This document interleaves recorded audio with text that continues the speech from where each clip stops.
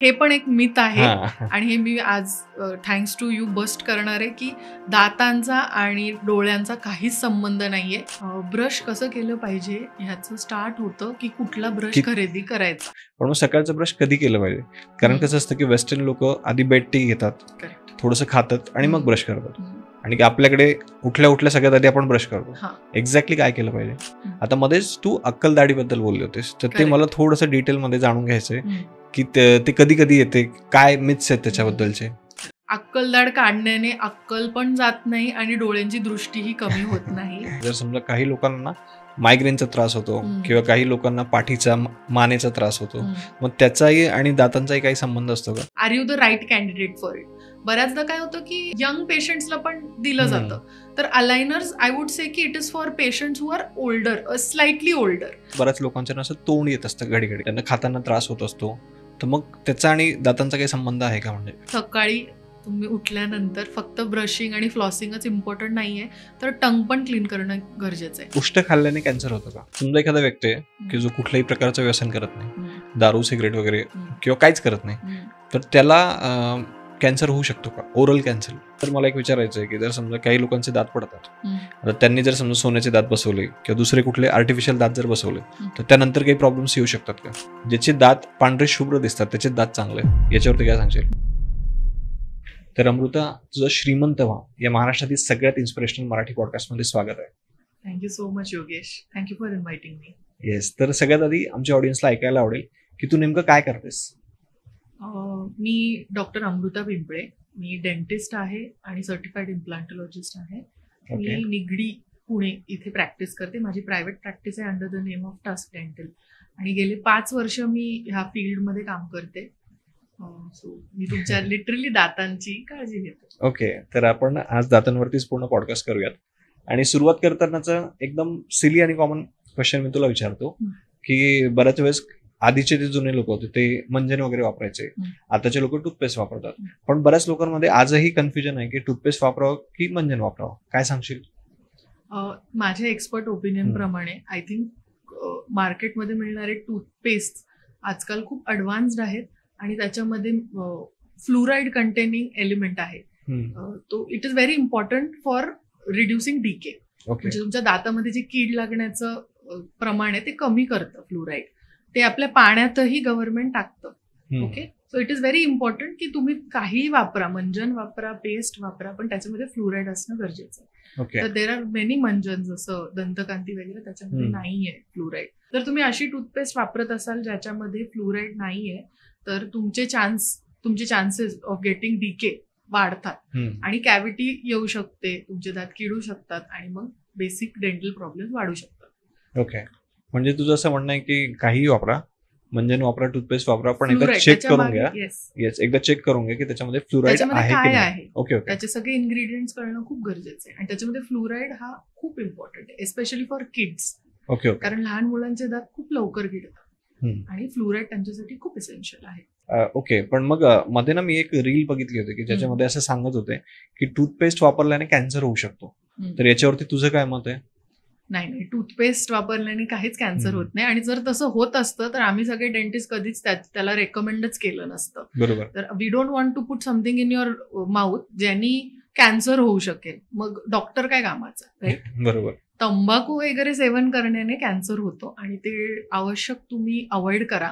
आणि age old तुम्ही बघत असाल की आपल्या सोसायटीमध्ये मिश्री कितीतरी लोक वापरतायत कित्येक वर्ष, त्यांनी कॅन्सर होतो, पण no one has spoken about that yet. मिश्री एक्झॅक्टली काय? मिश्री म्हणजे तंबाखू जी असते त्याला गरम करतात आणि त्याला कुटतात, त्याला मिश्री म्हणतात. ते जुने लोक ब्लॅक कलरची पेस्ट असते. तर त्याने ब्रश करायचे आणि क्लीन व्हायचे दात त्यांनी, बट त्याच्यामध्ये निकोटीन असल्यामुळे जे तंबाखूचाच भाग आहे त्याचं व्यसन लागतं. त्यामुळे महिलाही ओल्डन डेज मध्ये ते लावून बसायचे, गावाकडे चालूच असायचं 2-3 दिवसातून, पण ते एक व्यसनच आहे, व्यसनचा प्रकार. सो ते अवॉइड करावं, ते चांगलं नाहीये तुमच्यासाठी. So coming back to toothpaste. आता टूथपेस्ट मध्ये काय आहे? फ्लुराईड आहे, कॅल्शियम हायड्रॉक्साईड आहे, सोडियम लॉरेल सल्फेट, जे त्या पॉडकास्टमध्ये तुम्ही मला सांगितलं की SLS आहे, त्यांनी कॅन्सर होतो असा कुठलाच एव्हिडन्स नाहीये. रिसर्च बेस्ड आम्ही सजेशन्स देतो. So what is evidence based? Basically जर 20 वर्षाचा रिसर्च असेल जो FDA अप्रूव्ड आहे, म्हणजे एका बॉडीनी त्याचा रिसर्च केलेला आहे आणि आपल्याला सांगितलंय की ह्या एलिमेंटमुळे कॅन्सर होतो, तर हे आम्ही अंमलात आणून आम्ही तुम्हाला सजेस्ट करणारच नाही. बट असा एव्हिडन्स नाहीच आहे. सगळे स्टडीज केलेले आतापर्यंत हेच सांगतात की SLSनी कॅन्सर होत नाही. त्यामुळे जरी ते तुमच्या टूथपेस्टमध्ये असेल तर त्याच्यामध्ये घाबरण्याचं काहीच कारण नाहीये. आणि तुम्हाला ते नकोच असेल तर खूप सारे ब्रँड्स आहेत जे SLS फ्री टूथपेस्ट वापरतात. जसं I think Sensodyne is one paste ज्याच्यामध्ये SLS नाहीये. Abbottचे पण बरेच आहेत टूथपेस्ट ज्याच्यामध्ये SLS नाहीये. तो you can go for that. But otherwise also Colgate, Pepsodent ज्याच्यामध्ये SLS आहे त्याने डेफिनेटली तुम्हाला कॅन्सर तर होणार. Okay okay. आणि कुठल्या टाईपचा टूथपेस्ट वापरला पाहिजे ऍक्च्युली? जसं मी सांगितलं, toothpaste is just a mouth freshener आणि त्याच्यामध्ये फ्लुराईड तुम्ही बघा. जर फ्लुराईड असेल तर तुमच्या दातांना थोडी बेटर केअर मिळेल against the acid attack, against the sugar that you are eating the whole day. मग जे साखरचं सेवन तुम्ही कराल त्याच्यामुळे त्याचं ते अवॉइड करतं. So fluoride is very important. So you choose any toothpaste under the sun. फक्त जर तुम्हाला काही स्पेसिफिक इश्यूज असतील जसं सेन्सिटिव्हिटी, बऱ्याच लोकांना थंडगार घातल्यावरती झिंझिण्या येतात दातांना, जर तुम्हाला ते इश्यूज असतील किंवा तुम्हाला गम्सचे काही इश्यूज असतील, ब्लिडिंग गम्स वगैरे, तर त्याच्यासाठी स्पेसिफिक टूथपेस्ट असतात. पण त्यासाठी तुम्ही रेकमेंडेड बाय डेंटिस्टच वापरा. ओव्हर द काउंटर जाऊन कुठलीही घेऊ नका, कारण एका गोष्टीमुळे दुसरे बरेच प्रॉब्लेम्स होऊ शकतात. But otherwise all the toothpaste are good. Okay okay. आणि तू जे सांगितलं समजा सेन्सिटिव्हिटी, ते एक्झॅक्टली कशामुळे होते बरं? सेन्सिटिव्हिटी, दात आपले लेयर्स मध्ये बनलेले असतात. सो दात खूप हार्ड स्ट्रक्चर आहे. ओके. आणि तो असा तुम्ही एक स्फेरिकल स्ट्रक्चर म्हणून विचार करा, इमॅजिन करा. वरची आउटर मोस्ट लेअर जे आपण बघतो दातांची त्याला एनॅमल म्हणतो आम्ही. ओके. त्याच्या आतमध्ये डेंटिन नावाची एक लेअर असते, ती थोडी जास्त सॉफ्ट असते एनॅमलपेक्षा. आणि त्याच्या आतमध्ये जो कोर असतो दाताचा तो पल्प असतो. त्याच्यामध्ये नस असते दाताची आणि ती नस पूर्ण आपल्या जबड्यामध्ये जाऊन बाकीच्या नसांना डोक्यापर्यंत, डोळ्याला पण कनेक्टेड असतं. नाही, डोळ्याला कनेक्टेड नसते. हे पण एक मिथ आहे आणि हे मी आज थँक्स टू यू बस्ट करणार आहे की दातांचा आणि डोळ्यांचा काहीच संबंध नाहीये. इथली कुठलीच नस डोळ्यापर्यंत जात नाही. कारण बऱ्याच वेळेस असं म्हणतात की दात काढल्यावरती डोळ्यांचे जाऊ शकतात. ह्याचा ऍक्च्युली कुठून स्टार्ट झालंय माहिती की ओल्ड टाइम्स मध्ये, से 40 इयर्स बॅक, दात लोकांचे स्ट्रॉंग होते. तर ते कधी पडायचे? After the age of 50-60. 50-60 वर्षानंतर त्यांचे दात हलायला लागायचे because of some reason. Old एजमुळे पण दात खराब होतात आणि मग त्यांना दात काढायला लागायचा. आणि त्या एजमध्ये आपली दृष्टी पण कमीच होते. तर मग ते योगायोग म्हणून त्यांनी कोरिलेट केलं की अरे माझा दात काढला, मला कमी दिसायला लागलं. नाही, तुमच्या एजमुळे तुम्हाला कमी दिसायला लागतंय आणि there are many other problems त्याच्यामुळे. डायबिटीज पण एक इश्यू आहे. सो डायबिटीजमध्ये तुमच्या डोळ्याचं कमी होतं. Okay okay. दिसणं कमी होतं. पण त्यात ती एक वेगळा इश्यू आहे, राईट? त्याचा आणि दाताचा काही संबंध नाही. आणि डायबिटीजमुळे तुमचे दात पण हलायला लागू शकतात. मग दात काढण्याची वेळ पण येऊ शकते डायबिटीजमध्ये. पण हे रिलेटेड नाहीये. This is related to diabetes. This is not related to की दातामुळे डोळ्याचं झालं किंवा डोळ्यामुळे दाताचं झालं. That is wrong. Okay okay. तर सेन्सिटिव्हिटी बद्दल आपण बोलत होतो. सो इनॅमल जी लेअर आहे ते स्ट्रॉंगेस्ट लेअर असते. बरोबर. बाहेरची सगळ्यात. तर जेव्हा तोंडामध्ये नवीन दात येतो, परमनंट टूथ जे आम्ही म्हणतो, त्याला सगळ्यात जास्त एनॅमल असतं. आता ओव्हर द इयर्स, आता हे दात कधी येतात? एक 15 वर्षापर्यंत, 12 ते 15 वर्षापर्यंत तुमचे सगळे फिक्स दात येऊन जातात आणि तुमचे दुधाचे दात गेलेले असतात. बरोबर. तेव्हापासून घेऊन 40 इयर्स किंवा 25-30 इयर्स मध्ये तुम्ही ते दात वापरता, तर दाताची घर्षण वगैरे होतं. तर बऱ्याच पेशंट्समध्ये एनॅमल हे वेअर ऑफ होऊन जातं.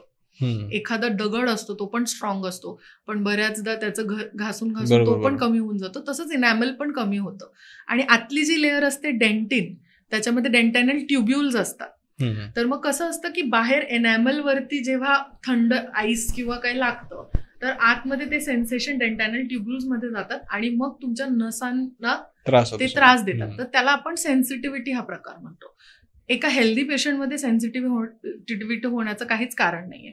आता दुसरं रिझन काय असू शकतं की तुमचा एनॅमलला खड्डा झालाय ओके आणि तिथे कीड लागलेली आहे. आता कीड लागली तर एनॅमल तर गेलाच आणि आतलं dentin completely open to your oral cavity. बरोबर. मग तुम्ही काही गरम खाल्लं, काही गोड डायरेक्टली खाल्लं, थंड खाल्लं तर डायरेक्ट तिथे आणि मग एकदमच सनकळे फील होतं आपल्याला, जे म्हणतो की डोक्यापर्यंत मला दुखलं इथेपर्यंत. That is that feeling of sudden sensitivity जे आपण ऍड्स मध्ये पण बघतो सेन्सोडाईनच्या. तर मग त्या केसेसमध्ये तुम्ही डेफिनेटली एका डॉक्टरला, डेंटिस्टकडे जा आणि चेक करून घ्या की ती सेन्सिटिव्हिटीचं कारण काय आहे नेमकं. एनॅमल वेअर ऑफ झालाय का, खड्डा आहे, डीके आहे, कॅव्हिटी आहे, आणि मग ते फिल करून घ्या. ओके. आणि जर समजा मला काही प्रॉब्लेम नाहीये पण मी टीव्हीवरती ऍड बघतोय सेन्सोडाईनची आणि माझ्यासारख्या माणसाने किंवा कोणी जर ते टूथपेस्ट जर वापरलं की जे सेन्सिटिव्हिटी मध्ये वापरतात तर त्याने काही साईड इफेक्ट वगैरे होतो का? नाही, काहीच साईड इफेक्ट होत नाही. Sensodyne is very good toothpaste आणि तुम्ही ती एव्हरीडे पण वापरू शकता. फक्त की ती थोडीशी महाग आहे ऍज कम्पेअर्ड टू कोलगेट और पेप्सोडंट और क्लोजअप जे आपल्याला मिळते. तर जर तुम्हाला वापरायची असेल तर तुम्ही वापरूही शकता, नो इश्यूज.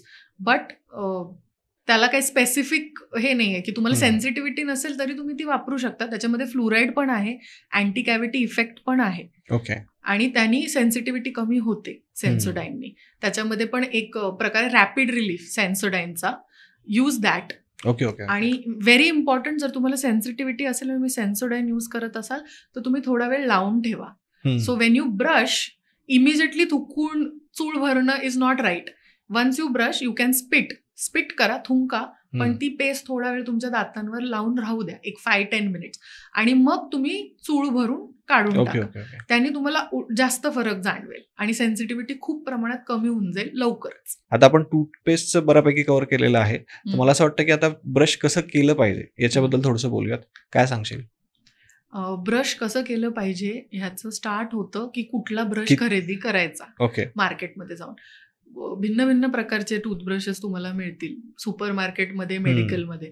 कुठला ब्रश तुमच्यासाठी राईट आहे हे व्हेरी इम्पॉर्टंट. ब्रशच्या लेफ्ट साईडला लिहिलेलं असतं hard, soft, extra soft. That indicates की तुमच्या ब्रशचे जे ब्रिसल्स आहेत ते किती हार्ड आहेत, किती सॉफ्ट आहेत. बरोबर.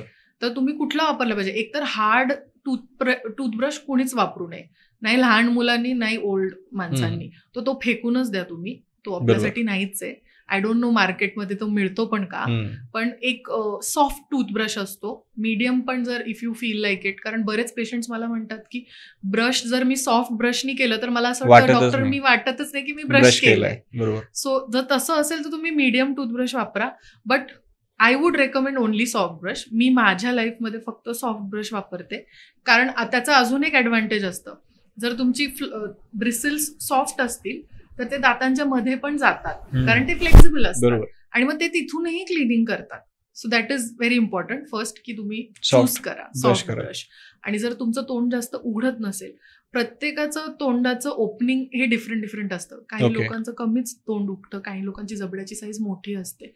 तर मग जे ब्रशचं हेड असतं त्याची साईज पण तुम्ही तशीच चूज करा त्या हिशोबाने. कारण तो ब्रश एंड पर्यंत गेला पाहिजे, कारण एंडला अक्कलदाड असते आणि तिथे क्लिनिंग चांगलं झालं पाहिजे. तिथे बऱ्याच लोकांना कीड होते. समोरचं दात तर सगळेच करतात चांगलं, पण तिथे होत नाही. त्यामुळे डू दॅट वन. सेकंडली, जेव्हा तुम्ही ब्रश करताय तुम्ही 2दा ब्रश केलं पाहिजे. ओके. सकाळ आणि संध्याकाळ. इंडियामध्ये खूप लोक नाहीच करत. सो ऍज दे से की सकाळचं ब्रशिंग कशासाठी करायचं असतं, ते दुसऱ्या लोकांसाठी, घाणवास येऊ नये आपल्या तोंडाचा म्हणून. आणि रात्री हे एक विचारायचं आहे मला की जसं सकाळचं ब्रश आपण करायचं तू सांगितलंस, पण मग सकाळचं ब्रश कधी केलं पाहिजे? कारण कसं असतं की वेस्टर्न लोक आधी बेड टी घेतात, थोडंसं खातात आणि मग ब्रश करतात, आणि आपल्याकडे उठल्या सगळ्यात आधी आपण ब्रश करतो. एक्झॅक्टली काय केलं पाहिजे? Actually we do it right. Okay. We are better than them. Okay. So immediately आपण उठल्यानंतर जर तुम्ही काही खाल्लं, एनिथिंग खाल्लं किंवा पिलं, तर मग तुमच्या तोंडामध्ये एक ऍसिडिक एन्व्हायरमेंट फॉर्म होतं. Okay. Because your digestion starts from mouth. इथूनच एन्झाईम्स एक्सक्रीट होतात आणि त्या फूडला डायजेस्ट करायला सुरुवात करतात. तर एक ऍसिडिक एन्व्हायरमेंट क्रिएट झाल्यानंतर जर तुम्ही ब्रश केलं तर तुमच्या दातांची वेर जास्त होणार. त्यामुळे सकाळी उठल्यानंतर चूळ भरल्यानंतर I recommend you can have water. Warm Okay. वॉटरनी काही होणार नाही, छान आहे. त्याच्यानंतर तुम्ही ब्रश करा आणि पण मग मगच ते काही हेल्दी बॅक्टेरिया असतात असं काही म्हणतात, हम्म. त्याने काही इम्पॅक्ट होतो का? की हेल्दी बॅक्टेरिया तर तोंडामध्ये दिवसभरच असतात, ओके फक्त रात्रीच का असतात healthy bacteria? No, that you don't need that. तुमचं जर प्रॉपर न्यूट्रिशन असेल, आय डोंट थिंक सकाळचे हेल्दी बॅक्टेरिया तुम्हाला एक अनदर लेवल ऑफ इम्युनिटी देणार आहेत. बरोबर. That is really ridiculous. So let's go with this की हा brush your teeth and then eat. Okay आणि ओके ब्रेकफास्ट नंतर तर अजिबात ब्रश करू नका, ब्रश करूनच ब्रेकफास्ट करा. ओके. याच्यामध्ये काही स्पेसिफिक रिझन आहे? सेम थिंग की ऍसिडिक एन्व्हायरमेंट जर तोंडामध्ये झालं तर मग तुम्ही त्याला पण अजून घासणार आहात, तर मग सॉफ्ट होणार ना बरोबर, ऍसिडिक जास्त एन्व्हायरमेंट, त्याचं घर्षण होईल. घर्षण होईल. आणि रात्री पण जेवल्यानंतर इमिजिएटली ब्रश करायचं नाही, एक हाफ एन आवर वगैरे नंतर, just before you go to bed, झोपण्याच्या आधी ब्रश करायचं. आणि ते ब्रशिंग सगळ्यात इम्पॉर्टंट आहे, even more than morning brushing. Okay. कारण रात्री आपण एक 8 तास तरी झोपतो.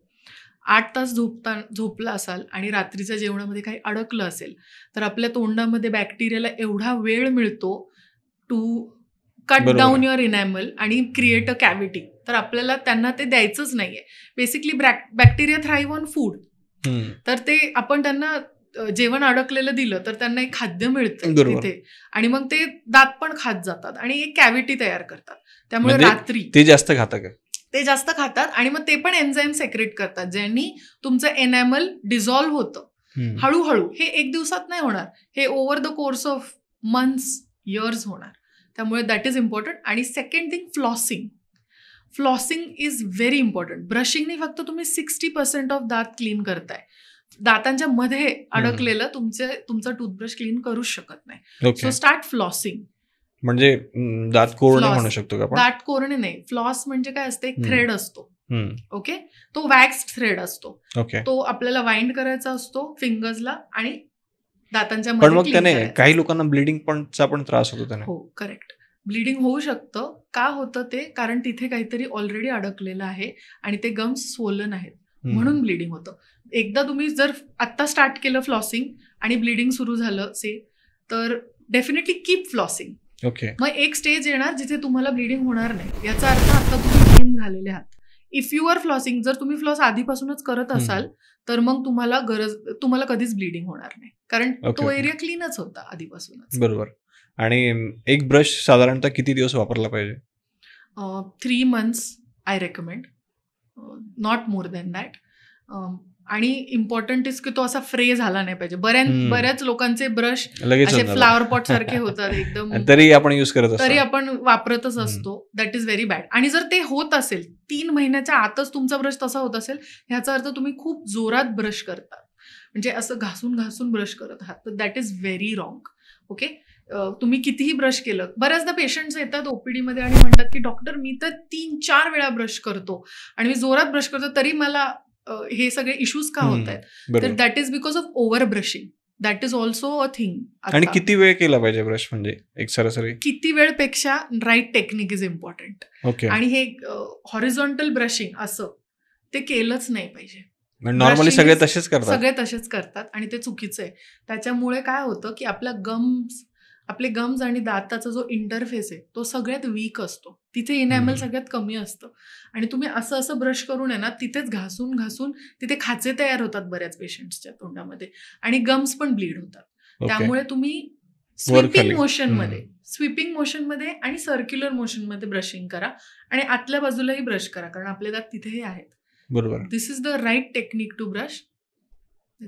येस. आणि त्याच्यानंतर आता इलेक्ट्रिक ब्रश आले, त्याच्याबद्दल काय सांगशील? Electric brush are very good, कारण ते अनड्यू प्रेशर क्रिएट करत नाही तुमच्या दातांवर. बऱ्याचदा आपण जोरात ब्रश करतो, ते अवॉइड करण्यासाठी किंवा सकाळी उठल्या it becomes a routine brushing आणि मग having your breakfast, it's a routine. तर कितीही सांगितल्यानंतर पेशंट्स जोरातच ब्रश करतात, कारण ती सवय आता एवढ्या वर्षांची सवय मोडणार नाही. तर बेस्ट थिंग इज आम्ही त्या पेशंट्सला इलेक्ट्रिक टूथब्रश रेकमेंड करतो. त्याच्यामध्ये फक्त एक बटन दाबल्यानंतर ऑसिलेटिंग मोशनमध्ये तो ब्रश प्रत्येक दात ऑटोमॅटिक क्लीन करतो आणि तुम्हाला फक्त ते होल्ड करायचंय दाताच्या अगेन्स्ट. करेक्ट. सो तर कितीही ट्राय केलं तरी तो एक्स्ट्रा प्रेशर करणार नाही आणि तुमचे दात सेव्ह होतील. त्यामुळे electric brushes are good but not everyone needs them. जर तुमचे दात चांगले असतील आणि तुम्ही नीट प्रकारे ब्रश करत असाल, जसं मी personally I am a dentist and I don't use electric toothbrush, but some people I recommend them to use. It is about की तुम्हाला काय यूज करायचं, तुमचे इश्यूज काय आहेत. आणि मार्केटमध्ये आता वुडन ब्रशेस पण येत आहेत, तर त्याबद्दल काय सांगशील? Wooden brushes are bamboo brushes. Bamboo brushes मार्केटमध्ये. आणि आमची स्वतःची पण ब्रँड आमचा आहे टच डेंटलचा, where we give bamboo brushes at our clinic. Actually they are very good. Okay. Why I tell you one. आपल्या अख्ख्या आयुष्यात आपण एक व्यक्ती 300 ब्रशेस यूज करतो. बरोबर. ओके. Normally 300 brushes. आणि ते 300 ब्रशेस जे बनवलेले असतात ते असतात सिंगल यूज प्लास्टिकनी. ओके. तर ते लँडफिल्समध्ये जाणार, म्हणजे आपण कचऱ्यात फेकतो ते 200 वर्ष लागणार त्याला डिग्रेड व्हायला. बरोबर. So it is not good for the environment using plastic brushes. आणि आपले सगळेच ब्रशेस प्लास्टिकच आहेत. तर definitely switch to bamboo toothbrushes. I myself have switch to bamboo toothbrush आणि results are very good. Bamboo toothbrush is also it has a antiseptic property also. तर त्याच्यामध्ये घाण बसत नाही. जेवढी प्लास्टिकवर तिथे अडकून तो एरिया पण क्लीन नाही ठेवत बरेच लोक, तर त्याच्यावरती जेवढे मायक्रो ऑर्गॅनिझम्स ग्रो होऊ शकतात त्याच्यापेक्षा खूप कमी मायक्रो ऑर्गॅनिझम्स बॅम्बू टूथब्रशवर ग्रो होतात. आणि बॅम्बू टूथब्रशचे जे ब्रिसल्स असतात ते पण प्लास्टिक नसतात. Okay. They are a different type of plastic जे आय थिंक 20 days और 200 days मध्येच डिग्रेड होतात. मग ते कम्प्लीट डिग्रेडेबल टूथब्रश असतो तो. तर definitely if you can find a bamboo toothbrush and you care about the environment, definitely go for it. Yes. आपल्या योगेश शिंदे सरांनी पण बॅम्बू इंडियाचे पण ब्रशेस आणलेत. त्याचाही बऱ्याच लोकांना फायदा होतोय. आता मध्येच तू अक्कलदाढीबद्दल बोलले होतेस, तर ते मला थोडंसं डिटेलमध्ये जाणून घ्यायचंय की ते कधी कधी येते, काय मिथ्स आहेत त्याच्याबद्दलचे. अक्कलदाढीचा प्रॉब्लेम तुम्हाला असं जाणवत असेल की रिसेंट टाइम्समध्ये खूप लोकांना अक्कलदाढीचा प्रॉब्लेम होतो, जसं आपल्या पूर्वजांना एवढा नव्हता. बरोबर. आता त्याचं एक कारण आहे, कारण आपले पूर्वज त्यांचे जबडे मोठे होते, आपल्या आजोबांचे, त्यांच्या वडिलांचे, आणि तेव्हा जेवण पण वेगळं होतं. आता आपण ओव्हर प्रोसेस्ड फूड खातोय, सगळं packet food, then already over cooked food. तर आपल्या दातांना काय, तेव्हा तो ऊस वगैरे खायचे, त्यामुळे त्यांचे जबडे एवढे ग्रो व्हायचे आणि जागा पण मिळायची अक्कलदाढ असायला. आता जबडे इव्होल्युशनमुळे छोटे छोटे होत चाललेत आपल्या सगळ्यांचे, त्यामुळे जबड्यामध्ये अक्कलदाढीला जागा नाहीये, पण येतात अक्कलदाढी. मग काय होतं, जबड्यामध्ये जागा नसेल तर अक्कलदाढ आतमध्येच वाकडी राहते. एकतर ती गालातच निघाली, मग गाल चावला गेला, किंवा ती शेजारच्या दाताला पुश करते त्यामुळे पेन चालू झालं, किंवा ती अर्धवटच बाहेर आली आणि त्याला कीड लागली. हे खूप कॉमन झालेलं आहे आता, आणि मग त्याच्यामुळे इन्फेक्शन होतं. ओके. तर आम्ही रेकमेंड करतो आता सगळ्यांनी अक्कलदाढ काढून घ्याव्या, कारण खरंच जागाच नाहीये. 90% of patients don't have space in their mouth for. आणि टोटल किती 4 अक्कलदाढ असतात ना? 4 अक्कलदाढ असतात. बऱ्याच लोकांना आजकाल 2 पण यायला, फक्त 2 पण असतात. ओके. आणि याचं काही असतं का की लगेच येतात की स्पेसिफिक एज नंतर येतात? म्हणूनच त्याला अक्कलदाढ म्हणतात, की जशी जशी अक्कल येते तसं. नाही, तसं नाहीये. ऍक्च्युली तो लास्ट दात आहे. ओके. तोंडामध्ये इरप्ट होणारा. ओके. बाकीचे दात आपले एक 12 ते 13 वर्षापर्यंत येतात, 28 टीथ. आणि जी अक्कलदाढ असते ती 18 वर्षाच्या नंतर यायला सुरुवात होते. त्यामुळे त्याला अक्कलदाढ आणि विजडम टूथ हे नाव पडलेलं आहे. बाकी त्याचा आणि अक्कलेचा काही संबंध नाही. बरेच लोक ज्यांना अक्कलदाढ आहे पण ते हुशार नाही. सो बेसिकली ती फक्त 18 to 25 इयर्सच्या एज मध्ये इरप्ट होते, म्हणून त्याला अक्कलदाढ म्हणतात. ओके. आणि असं काही असतं का की आता जे 4 दात असतात ते ऍट अ टाइम येतात, की त्याचं पण काही असं ड्युरेशन असतं की आधी एक येते नंतर दुसरी येते वगैरे? हो, अक्कलदाढ प्रत्येक क्वाड्रंट मध्ये, म्हणजे खालच्या राईट बाजूला एक असणार, खालच्या लेफ्ट बाजूला एक असणार, आणि वरती एक आणि एक अशी असणार. आता त्यांचं इरप्शन टाइम 18 to 25 इयर्स मध्ये कुठलीही कधीही येऊ शकते. It is a span of time. काही लोकांना 18 वर्षातच येतात, काही लोकांना 25 वर्षापर्यंत पण येत नाही. पण त्याच्यामध्ये पण जर जबड्यात जागा असेल तर ती येणार. बरोबर. जर जबड्यात जागाच नसेल तर ती नाही येणार, ती आतमध्येच राहणार आणि अजून त्रास क्रिएट करत राहणार. म्हणजे तू सांगितलंस की जर त्रास होत असेल जास्तच तर ती काढून घ्यायची. पण मग तेच सेम मला क्वेश्चन विचारायचं की Yes. अक्कल दाढ काढल्याने परत डोळ्यांना त्रास नाही होणार ना? नाही, आता we are going back to that. ते मिथ आपण ऑलरेडी बस्ट बरोबर. केलंय. अक्कलदाढ काढण्याने अक्कल पण जात नाही आणि डोळ्यांची दृष्टीही कमी होत नाही. बरोबर. हे मिथ आहे. इथली कुठलीही नर्व्स आणि डोळ्याचे नर्व्स कनेक्टेड नाहीयेत. हे तुम्ही एक ऑफ्थॅल्मॉलॉजिस्टला पण विचारू शकता. डोळ्यांच्या सगळ्या नसा ह्या डायरेक्टली ब्रेनला कनेक्टेड असतात आणि दातांच्या नसा इथे जबड्यामध्ये कनेक्टेड असतात, त्यानंतर मागे जाऊन अटॅच होतात. ओके. पण मग इथे मला एक क्वेश्चन विचारायचं आहे की जर समजा काही लोकांना मायग्रेनचा त्रास होतो किंवा काही लोकांना पाठीचा मानेचा त्रास होतो, मग त्याचाही आणि दातांचाही काही संबंध असतो का? हो. ओके. येस. त्यांचा असतो. बऱ्याच वेळी काय होतं की फिजिओथेरपिस्टकडे कानाचा पण त्रास होतो काही लोकांना. कानाचा पण त्रास होतो. करेक्ट. का? कारण हा जबडा आपला जबडा फक्त खालचाच हलतो, वरचा जबडा हलत नाही. It is connected to your cranial cavity. तर हा जो जबडा आहे त्याचं जॉईंट इथे आहे, अगदी आपल्या कानाच्या समोर. तुम्ही जर इथे बोट ठेवलं आणि उघडायचा प्रयत्न केला तर तुम्हाला फील होईल की तुमचा जबडा ओपन आणि क्लोज होतोय. बरोबर. तर कुठल्याही प्रकारचं जर तुम्हाला ह्या स्नायूचा प्रॉब्लेम झाला तर तुम्हाला कान दुखायला सुरुवात होऊ शकते. ऑल्सो तुम्हाला जर हे मागच्या दाढांमध्ये इन्फेक्शन वगैरे झालं तर इथे तुम्हाला माहिती का लिम्फ नोड्स काय असतात? लिम्फ नोड्स म्हणजे ड्रेनेज, लिम्फॅटिक ड्रेनेज असतं आपल्या बॉडीमध्ये, सगळीकडे ते असतात. ओके. तर कुठे इन्फेक्शन झालं तर त्या एरियाचे जे ड्रेनिंग लिम्फ नोड्स असतात ते सुजतात. ओके. तर मग बऱ्याच आपल्या ह्या वरच्या दातांचं किंवा ह्या वरच्या एरियाचं जे दातांशी रिलेटेड आहे त्याचं ड्रेनेज इथे या लिम्फ नोडला आणि इथल्या खालच्या लिम्फ नोडला आणि इथे सबमॅन्डिब्युलर लिम्फ नोड्स आम्ही म्हणतो तिथे ड्रेनेज होतं आणि ह्या खालच्या दातांचा. सो दातांचा संबंध एवढा असतो. तर कधी कधी जर इथे इन्फेक्शन असेल तर तुमचे इथले लिम्फ नोड सुजू शकतात आणि त्याच्यामुळे तुम्हाला डोक्याचा त्रास किंवा मानेचा त्रास पण होऊ शकतो. ओके. म्हणजे जर समजा एखाद्याला मानेचा किंवा त्रास असेल तर त्याने एकदा डेंटिस्टला पण चेक करून घ्यायला पाहिजे आणि हे पण चेक करून घ्यायला पाहिजे की तुमचे दात ते एकमेकांवर मीट होतात, त्याला मी ओक्लुजन म्हणतो, ते पण जर विस्कटलेलं असेल बऱ्याच लोकांमध्ये तर एका वेगळ्या पॉइंटला जाऊन ते टच होतात आणि त्यामुळे इथे एक बॅलन्स राहत नाही. बरोबर. त्यामुळे पण मानेचा त्रास होऊ शकतो. तर तुम्ही डेफिनेटली जाऊन चेक करा आणि ब्रेसेस लावून घ्या जर ते इश्यूज असतील तर. ओके. आता आपण थोडंसं ब्रेसेस बद्दल बोलूयात की लावले पाहिजेत का आणि त्याचे काही असे काय म्हणतो आपण डिसएडव्हान्टेजेस आहेत का? ब्रेसेस म्हणजे orthodontic treatment. Let's say that braces comes under orthodontic म्हणजे ट्रीटमेंट. ज्या लोकांना कळत नसेल त्यांना ती क्लिप्स असतात बघा दातांवर. क्लिप्स असतात दातांवरती. ते कशासाठी लावतो आपण? वेडेवाकडे दात सरळ करण्यासाठी. ओके. सगळ्यांनाच ह्याची गरज आहे का? तर नाही. बऱ्याच लोकांचे दात सरळ येतात आणि बऱ्याच लोकांना ती गरज पण भासत नाही. त्यामुळे it's okay if you don't go for it. पण जर तुमचे वेडेवाकडे दात असतील, जर तुमचं ऑक्लुजन जे मी म्हटलं की वरचे आणि खालचे दात मीट होतात, ते एका इक्विलिब्रियम मध्ये मीट व्हायला पाहिजे, ते जर बॅलन्स नसेल तर तुमचे दात घासू पण शकतात, तुम्हाला बाकीचे प्रॉब्लेम्स पण होऊ शकतात. मग त्याला इक्विलिब्रियम मध्ये आणण्यासाठी तुम्ही ब्रेसेस लावू शकता. ब्रेसेस म्हणजे काय असतात? तारा असतात, ब्रॅकेट्स लावले जातात आपल्या दातांवर आणि एका तारेनी स्लोली हळूहळू दर महिन्याला आपण त्याला टाईट करत करत दातांना सरळ आणतो. बरोबर. जसं असायला पाहिजे आणि मग after that you are okay. बाकी दुसरं असं काही हे नाही, त्याचे डिसएडव्हान्टेजेस नाही आहेत.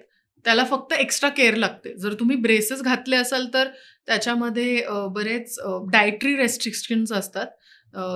पिझ्झाज किंवा स्टिकी फूड्स, चिक्की अशा गोष्टी तुम्ही अवॉइड करायच्या, कारण ते तुटू शकतात ब्रेसेस आणि मग सतत तुम्हाला डॉक्टरांकडे जायला लागेल.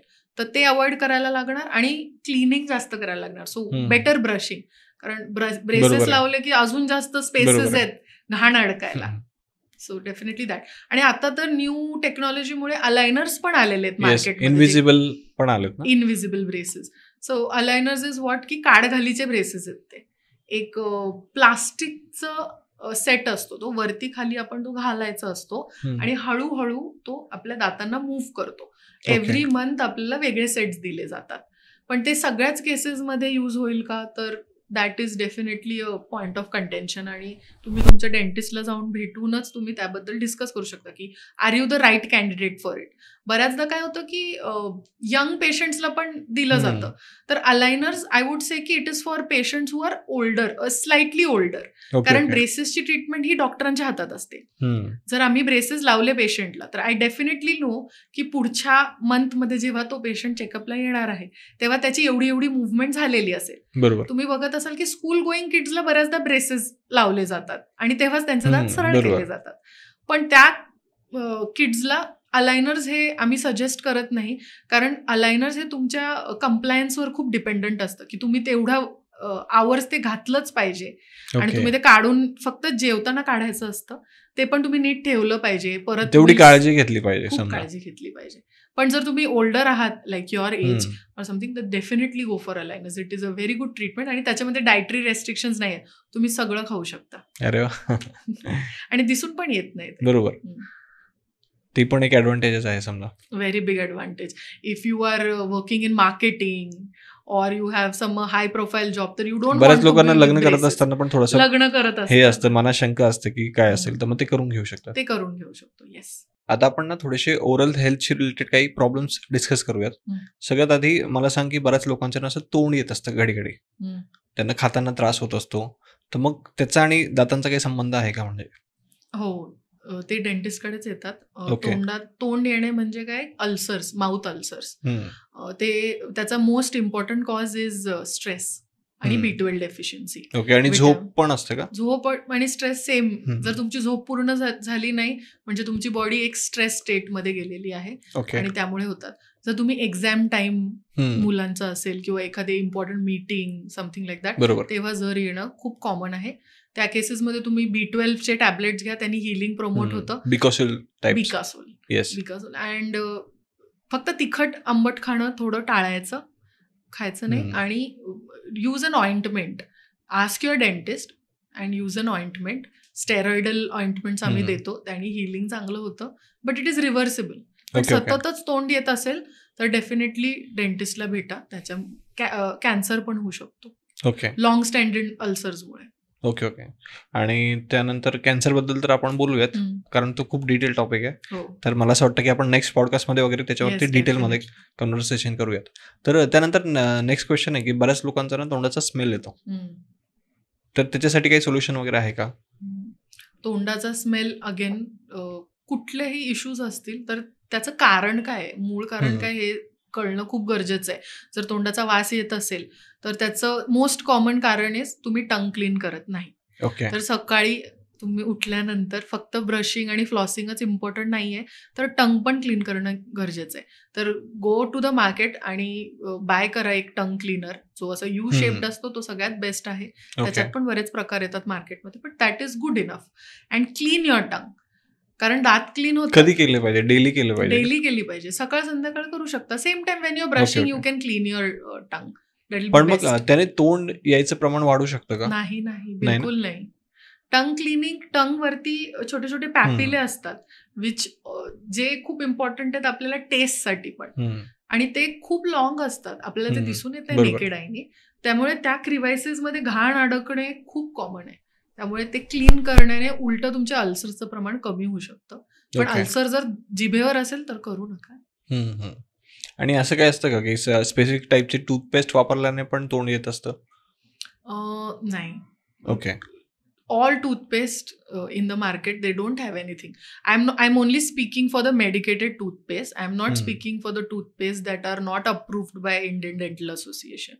तर जे पण अप्रूव्ड आहेत त्यांच्यामुळे तर बिलकुलच तोंड येत नाही. ओके.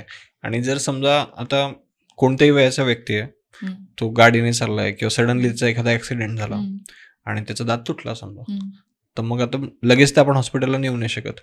मग अशा टायमाला काय प्रिकॉशन घेतली पाहिजे?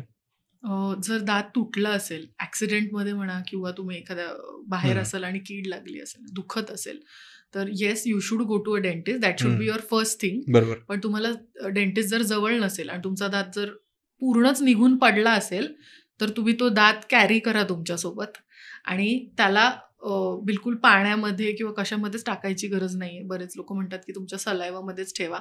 तो फक्त तुम्ही एक नॉर्मल क्लीन वॉटर बिस्लरीच्या पाण्यामध्ये टाकून ठेवून द्या आणि bring it to the dental clinic. बऱ्याचदा आम्ही तो पूर्ण निघालेला दात पण बसवू शकतो तुमच्या दातामध्ये. ओके. आणि याची व्हॅलिडिटी असते का की येस येस, कसं असतं? ॲज सून ॲज पॉसिबल तुम्ही डेंटिस्टकडे जा, पण तरीही विदिन 24 hours. आफ्टर दॅट तो काय होतं की जेवढं लेट जाणार तेवढं त्या ट्रीटमेंटचं सक्सेस रेट कमी कमी होत जातो. त्यामुळे it's like a ticking time at that time. आणि जर तुम्हाला डीके वगैरे झालं असेल, कॅव्हिटी झाली असेल, पेन होत असेल, तर तुम्ही एक पॅरासिटामॉल घेऊ शकता. इंडियामध्ये कुठल्याही मेडिकल शॉपमध्ये तुम्हाला पॅरासिटामॉल मिळून जाईल 600 mg. त्याने तुमचं पेन कमी होऊ शकतं. बट डेफिनेटली कुठलीही हाय लेवलचे ड्रग्ज घेऊ नका. आयबुप्रोफेन पण घेऊ शकता. That is also good. Yes. तर मी आता पॉडकास्टच्या शेवटी तुला काही असे मिथ सांगणार आहेत आणि ते तुला एक्सप्लेन करायचे आहेत की काय करेक्ट आहे आणि काय रॉंग आहे. ओके. तर सगळ्यात आधी माझा पहिलाच प्रश्न आहे की उष्ट खाल्ल्याने कॅन्सर होतो का? नाही.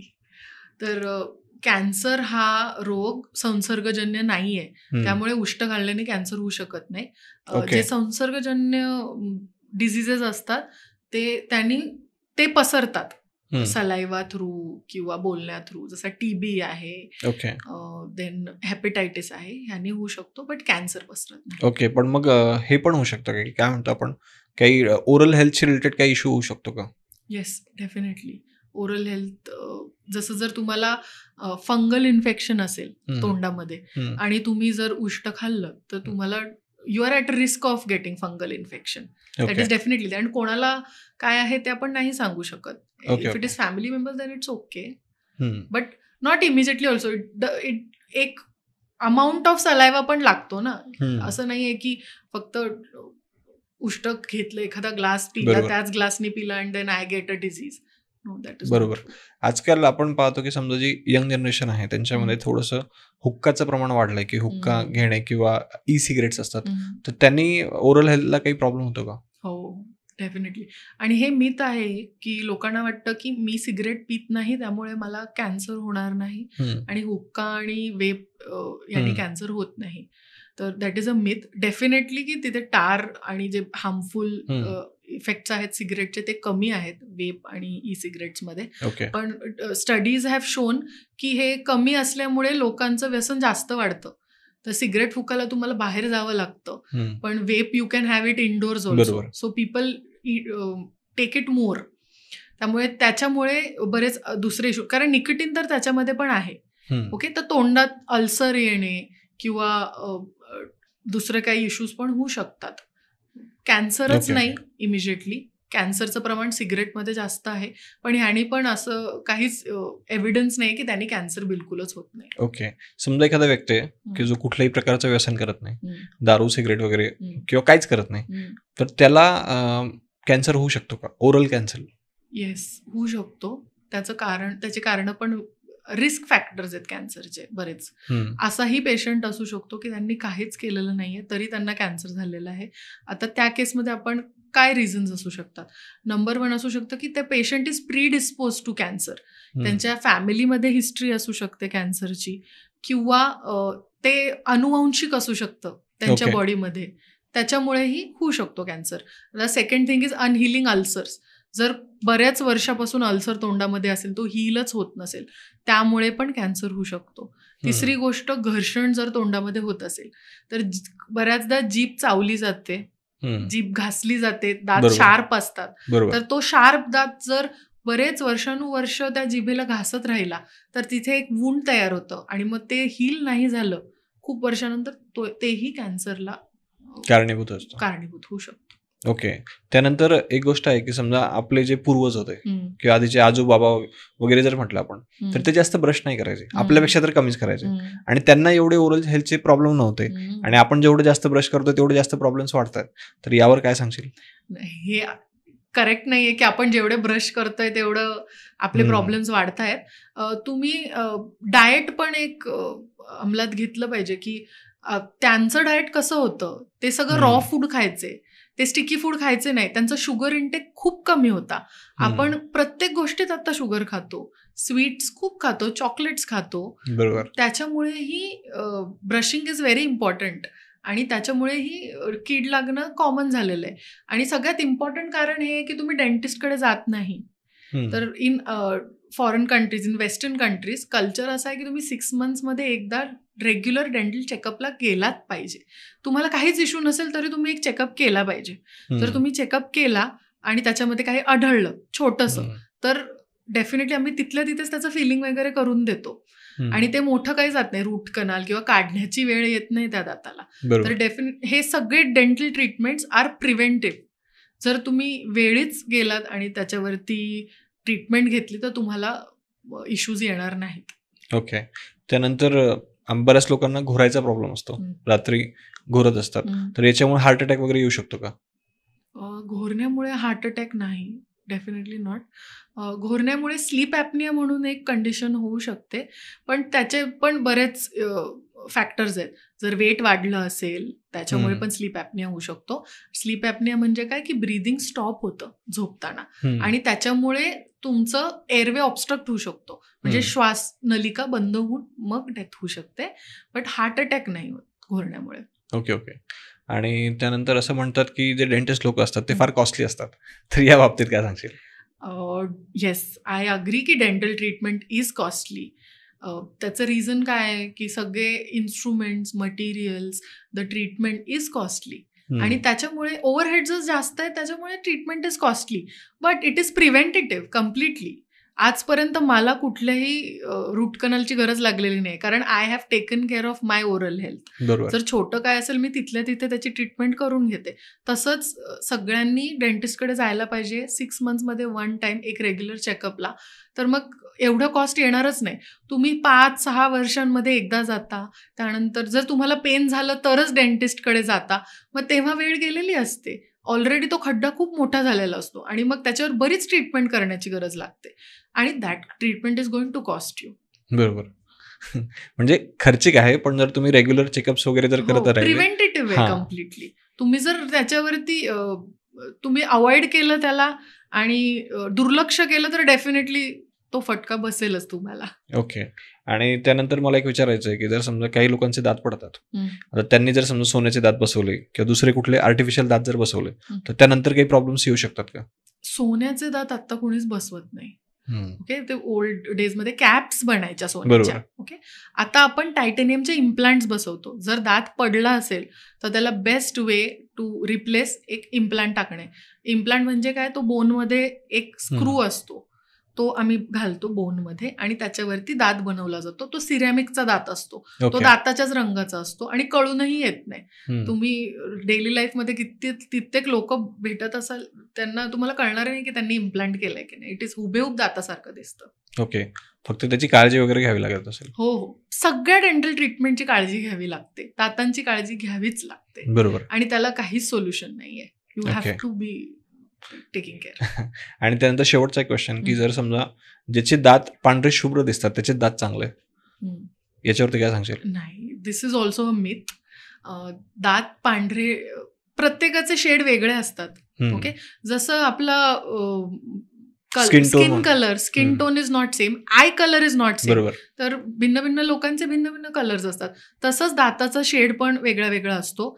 जनरली फेअर पेशंट्स जे असतात त्यांचा कलर, दातांचा कलर एक पिवळसर असतो, येलोइश असतो. आणि थोडेसे डार्क टोन्ड पेशंट्स, त्यांचा व्हाईट टीथ असतात. पण हे जन्मत नॅचरल आहे, दिस इज नॉट समथिंग बॅड. पण तरीही जर त्यांना व्हाईट करायचे असतील दात, तर आपण दातांची ब्लिचिंग पण करू शकतो डेंटिस्टकडे जाऊन, आणि व्हाईट होतात दात. पण ते ट्रान्झिएंट असतात, काही महिन्यानंतर तुम्हाला परत एकदा ते करावं लागतं. पण मग त्याचे साईड इफेक्ट वगैरे काय असतात का? त्याचे साईड इफेक्ट्स पण असतात, but you have to weigh की तुम्हाला काय हवंय. बरोबर. It's like bleaching your hair, right. तुमचे केस ड्राय होऊ शकतात वगैरे. ओके, बाकी जास्त काही नाहीये. ओके, तर मला सांग की एक शेवटचा पण इंटरेस्टिंग क्वेश्चन आणखी एक मला ऍड करायचा आहे. तो म्हणजे की आपल्या इंडियन लोकांना शोप खायची सवय असते किंवा माउथ फ्रेशनर, आवळा वगैरे खायची सवय असते. तर या सगळ्या गोष्टींमुळे दातांचा म्हणजे चांगला परिणाम होतो की वाईट परिणाम होतो त्याच्या दातांवर? It is also good. आणि आवळा तर खूपच चांगला आहे, कारण त्याच्यामध्ये व्हिटॅमिन सीचं कॉन्सन्ट्रेशन खूप जास्त असतं, which is very important for your gums. हिरडीसाठी व्हिटॅमिन सी खूप गरजेचं असतं. त्याचं तुम्हाला गम ब्लिडिंग वगैरे होत असेल तर व्हिटॅमिन सी कमी असलेल्या पेशंट्समध्ये पण ते होऊ शकतं. त्यामुळे आवळा चघळणं पण चांगलं असतं. आणि हे पण चांगलं असतं. ओके. पण मग काय होतं की बऱ्याच वेळेस आपण शोप खातो ना, तर त्याच्या काड्या दातांमध्ये अडकलेल्या असतात. हम्म. मग त्यावेळेस काय केलं पाहिजे एक्झॅक्टली? ऍक्च्युली जर तुमच्या दातांमध्ये काही इश्यूज नसतील तर ते अडकणारच नाही सोफ. ओके. जर ते अडकत असेल ह्याचा अर्थ तुमच्या दातामध्ये खड्डा किंवा गॅप किंवा पॉकेट फॉर्म झालेला आहे. जर ते होत असेल दॅट इंडिकेट्स की तुम्ही डेंटिस्टकडे जायला पाहिजे आणि ट्रीटमेंट करून घेतली पाहिजे त्याची. ओके. आणि बऱ्याच लोकांना दात कोरायची पण सवय असते, तर त्याबद्दल? हो, काड्या वगैरे जे आपल्याला अगरबत्तीची काडी किंवा कुठलीही काडी युज करतात लोक. मग जे हॉटेल्समध्ये पण काड्या ठेवल्या जातात ते बिलकुल युज करू नका. त्याने काय होतं की बऱ्याचदा क्लिनिंग होत नाही, पण ती जी घाण असते जखम होते आणि ते अजून आत जातं. मग नेक्स्ट टाइम तो खड्डा मोठा झालेला असतो, त्यामुळे ते युज करू नका. The best way is floss use करा, जो एक वॅक्स थ्रेड जसं आपण बोललो ते युज करा. That is the best way. बऱ्याचदा आमच्या पेशंट्स ओपीडी मध्ये आम्ही बघितलं की ती काडी कोरताना ती तेवढी तिथेच अडकून तुटली आणि मग ती 4-5 महिने तिथेच राहिली आणि त्याच्यामुळे एक भले मोठे इश्यूज झाले. त्यामुळे ते युज करू नका. It's not good. ओके. तर थँक्यू सो मच. आज तू बऱ्याच गोष्टी एकदम सिम्पल पद्धतीने समजून सांगितलंय आणि आशा आहे की या पॉडकास्टचा बऱ्याच लोकांना फायदा होईल. आणि जर याला चांगला रिस्पॉन्स आला तर आपण नेक्स्ट एपिसोड हा पूर्ण दाताचा आणि कॅन्सरशी रिलेटेड करूयात. ओके. तर थँक्यू सो मच अमृता इथे आल्याबद्दल. Thank you so much for having me Yogesh. Yes. तुझा एक्सपिरियन्स कसा होता? खूपच छान होता आणि this is the first time I am doing this on camera. याच्या आधी फक्त एक रेडिओ शो केला होता and you were so welcoming. Thank you so much. Yes. Thank you.